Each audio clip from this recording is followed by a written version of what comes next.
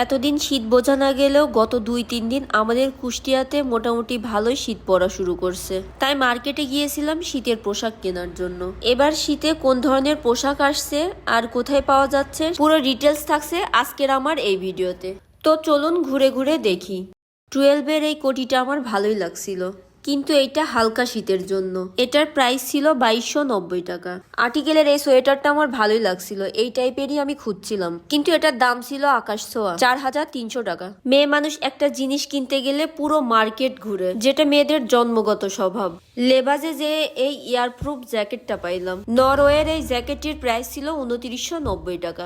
লেবাজে যায় বেশ কয়েকটি সোয়েটারই দেখছিলাম। কুষ্টিয়াতে লেবাজ মোটামুটি ভালোই জনপ্রিয়, এরা অনেকটাই রিজনেবল প্রাইসে প্রোডাক্ট সেল করে থাকে।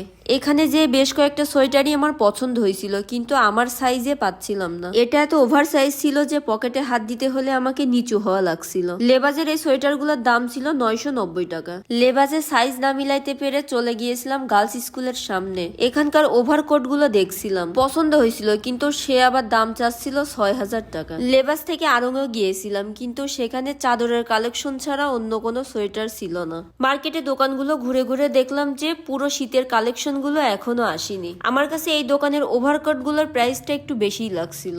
এবার চলে আসলাম পরিমল টাওয়ারে। এনারা বলছিলেন সরাসরি কাশ্মীর থেকে ইম্পোর্ট করেন। কাশ্মীরি উলের এই সোয়েটারটা আমার মোটামুটি পছন্দ হইল। তারপর দেখলাম কাশ্মীরি উলের হুডি, এগুলো যথেষ্ট গরম, গায়ে দিয়ে আমার গরম লেগে যাচ্ছিল। হুডিগুলোর প্রাইস ছিল 2990। এই দোকানে পার্টি কোট গুলাও ছিল, প্রাইস ছিল 6000 সামথিং। ফাইনালি এই সোয়েটারটাই আমার চোখ আটকাইয়ে গেল। এটা হচ্ছে ডাবল পার্টের, একটা ইনার সোয়েটার আর একটা হচ্ছে কোটি। এটাও কাশ্মীরি সোয়েটার। এটার ট্যাগে দেখলাম লুধিয়ানা নাম লেখা। আর কাশ্মীরের লুধিয়ানা পোশাক শিল্পের জন্য বিখ্যাত। অবশেষে দা আড়ং থেকে আমার কাশ্মীরি সোয়েটারটা নিলাম। আপনারা যারা ভালো মানের সোয়েটার খুঁজছেন তারা এখানে আসলে পেয়ে যাবেন। মার্কেট ঘুরে ঘুরে শীতের জন্য অবশেষে এই 3টা সোয়েটার কিনতে পারলাম।